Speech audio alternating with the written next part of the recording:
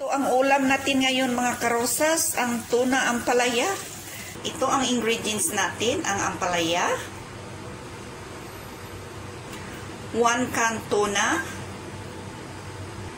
salt at saka black pepper. May onion tayo, may tomato at saka garlic. Umpisahan na natin mga karosas. Maglagay na tayo ng kunting oil.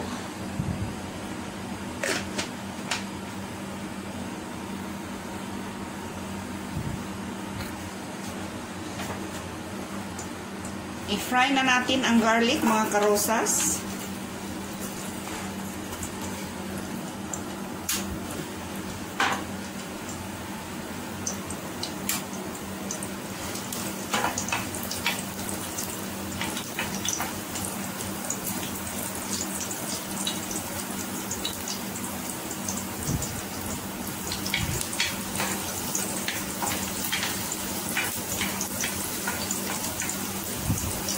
Isunod na natin ang chopped onion.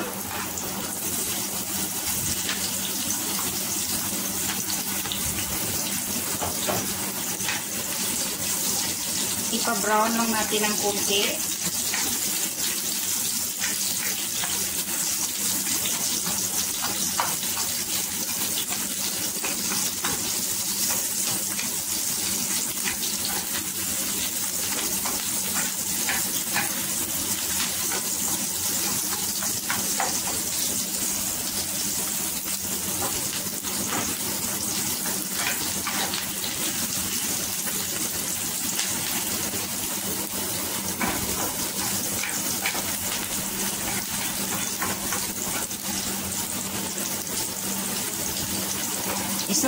Isunod na natin ang chopped tomato, mga karosas.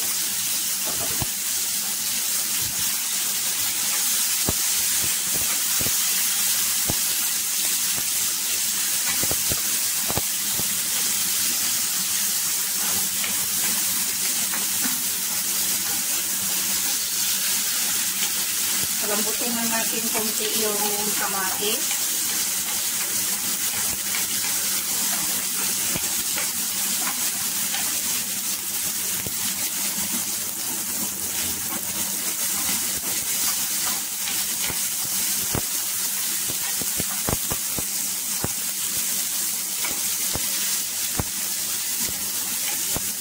Ilagay na rin natin ang tuna flakes.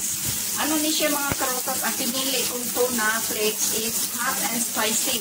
Depende lang sa gusto niyo mga karosas kung anong klaseng tuna ang ilagay niyo. Mas gusto ko itong hot and spicy. Pero pag ayaw niyo, nasa inyo niyan mga karosas. Lagay na natin.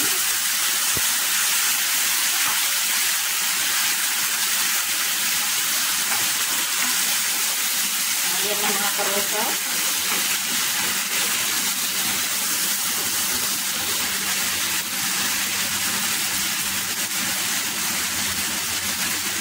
Isunod na natin ang ampalaya.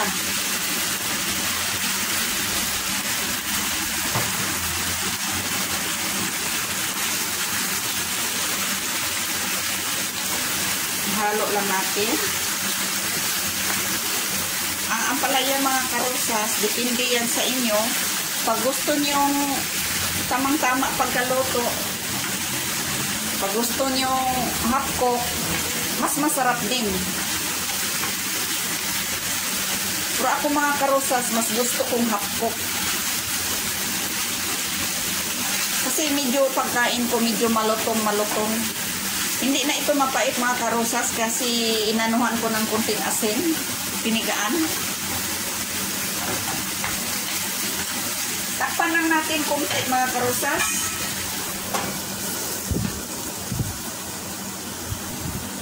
Check na natin.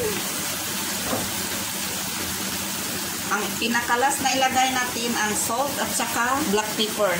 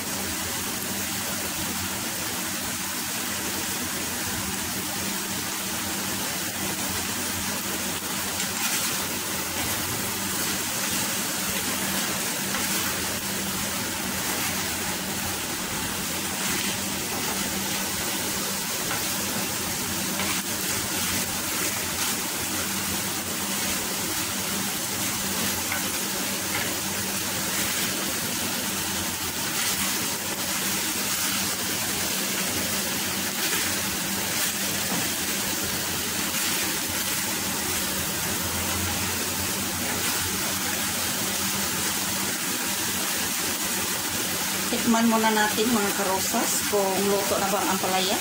Huwag lang i-overcook ang ampalaya mga karosas. Kasi mag-brown-brown siya.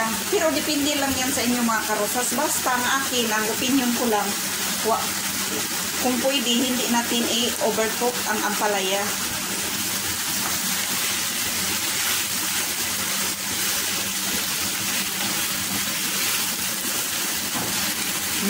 Sarap mga karosas. Medium anghang.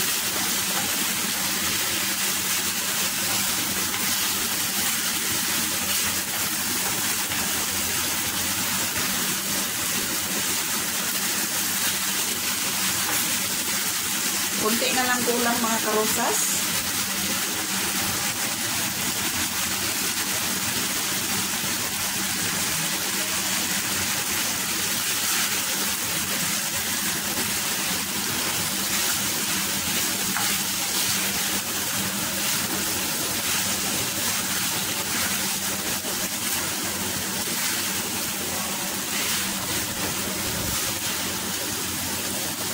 Ayan mga karosas, luto na. Ito na mga karosas, ang ginisang ampalaya natin with tuna flakes. Wow, napakasarap talaga mga karosas. Simple lang siya mga karosas, pero ang sobrang sarap. Thank you so much for watching mga karosas. Please don't forget to subscribe, like, comment, and share. And of course, tap the bell para sa sunod na mga videos. Bye-bye!